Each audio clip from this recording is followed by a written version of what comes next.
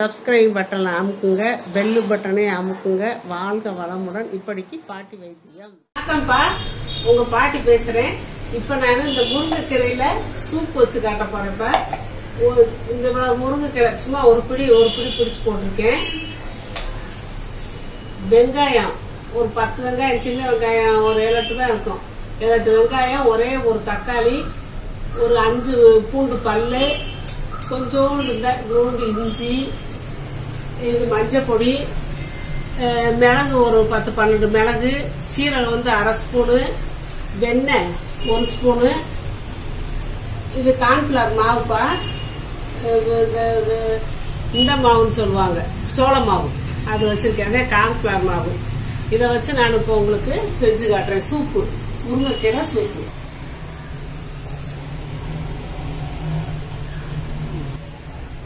இந்த வெண்ணெயை போட்டுக்கிறேப்பா.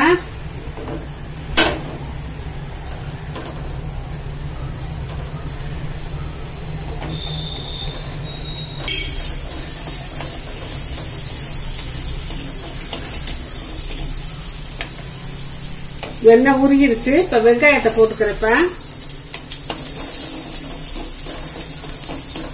வெங்காயத்தை நறுக்கி வச்சிருக்கேன், கொஞ்சம் சீக்கிரமா வதங்குங்கிறதுனால.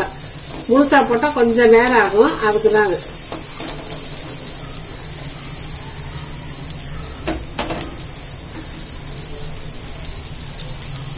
வெங்காயம் வதக்கும் போது மிளகு சீரகத்தை போட்டுடலாம்.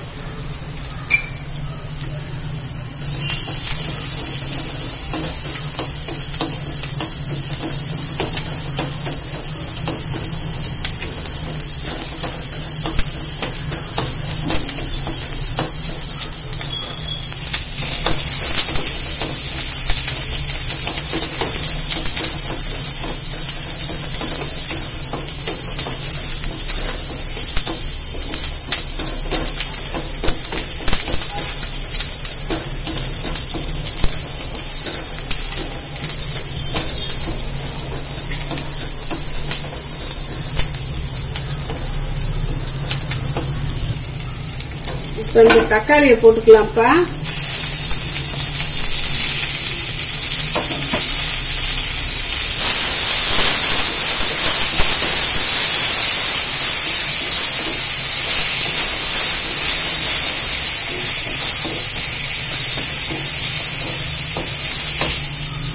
கொஞ்சம் இந்த சூப்புக்கு தேவையான அளவு உப்பு போட்டாச்சுப்பா. போட்டு நல்லா தக்காளியை வணக்கிடுவோம். தக்காளி வெங்காயத்தை இப்போ வணங்கியாச்சுப்பா. அடுப்பு ஆஃப் பண்ணியாச்சு. எடுத்து ஆற வச்சிடும்.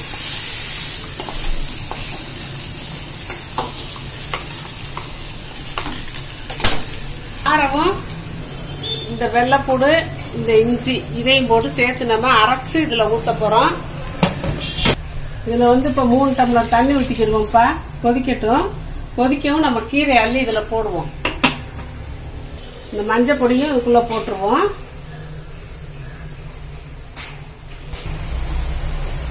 இப்ப தண்ணி கொதி வந்துருச்சுப்பா. மஞ்சள் பொடி போட்டது. இப்ப கீரை அள்ளி இதுக்குள்ள போடுவோம்.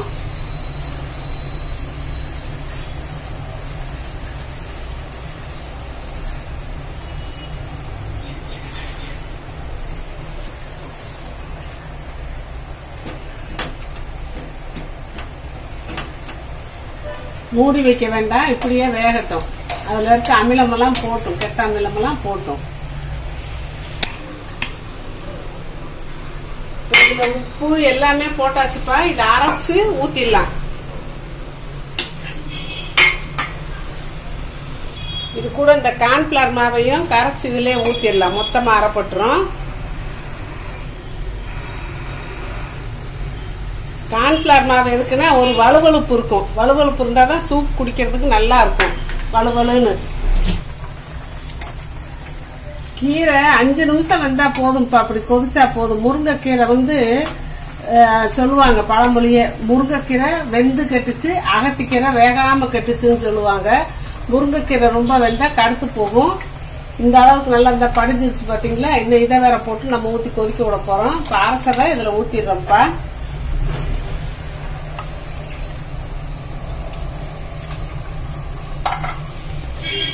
இது கிண்டி விட்டுருவோம், கொதிக்கட்டும். இப்ப நல்லா கொதிச்சிருச்சுப்பா. அந்த கார்ன்ஃபிளவர் ஊத்துனதால இந்த நல்லா வலுவலுன்னு கெட்டியா திக்கா வந்துருச்சு. முருங்கைக்கீரை சூப்பு நம்ம தேவையான அளவு உப்பு போட்டாச்சு. கீரையும் நல்லா வெந்துருச்சு. இப்ப ஆஃப் பண்ணிக்கலாம் அடுப்ப.